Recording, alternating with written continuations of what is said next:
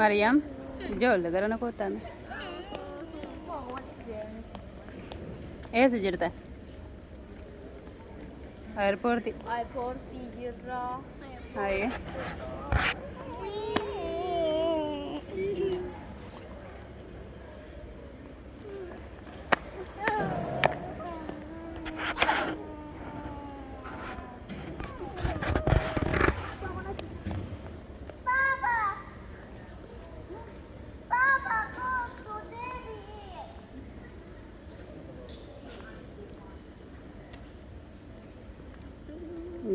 Deemina deemuun hin ta'u.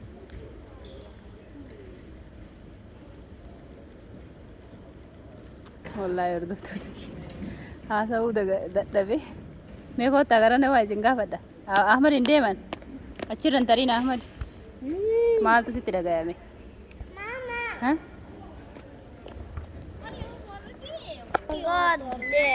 Maaltu sitti dhagayame Firdoosa? Mariyamaa maaltu sitti dhagayame? Maaliif? Baba diara Italiano jala demne. Wallahi. Wallahi. Wala madda yo mami.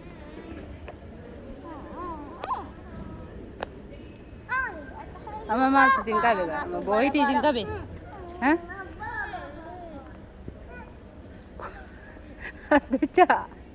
Asdacha.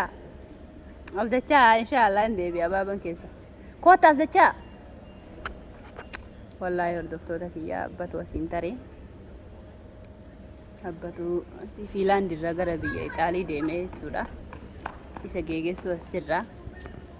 Ijoolleen kiyya hedduu gaddan hedduu tokko itti dhagayame.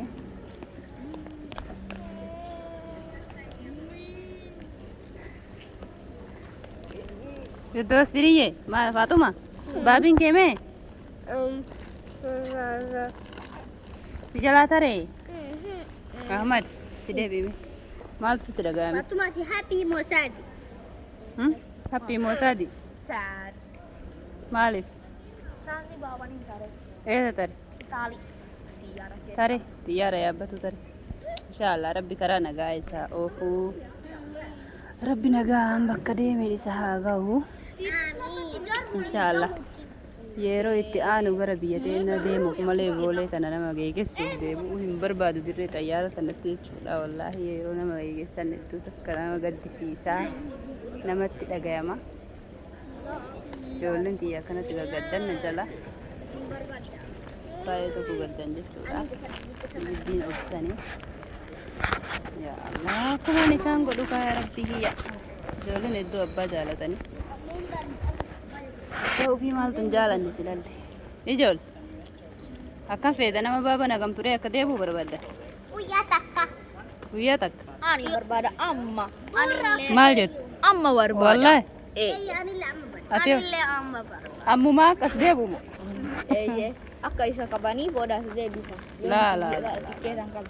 La akka qabanii as deebisan hin barbaannu bakka barbaade akkuma qabu barbaannaa inshaallahi jechuudha. Amma ganaa meeshaa ofiitii fi jechuun waan biraa achi hin tarre kun asii maashina kanatu qoratee dabarsa. Maashina kana isinii mul'isuu yaalee jira inshaallah. Amma mee bilbilee gara xiyyaaratti achi tare moo hin tarree gaafadha jechuudha. Kana fakkaatti dirreen xayyaaraa biyya Fiinlaand aga tokko isinitti mul'isuu yaalee jira. Sa'aatilleen ka deeme kasinu gaggeessuu dhufne jechuudha. Hordoftoota kiyya waan nu daawwattanii fi hedduu tokko galatoomadha. Inshaallah anilleen ijoollee jajjabeessaa yoo rabbi jedhee hajaan isaa yoo taate fi yeroo gabaabaa keessatti deebi'aa jechuudha. Rabbi isaa haa taasisuu. Bakka qormaata koronaallee deemnee turre jechillee neegatiividha. Fayyaadha alhamdulillahi rabbil aalamiin. Dookumentii sanillee fudhatee jira. Waa hundaa walitti qabatee hayyee.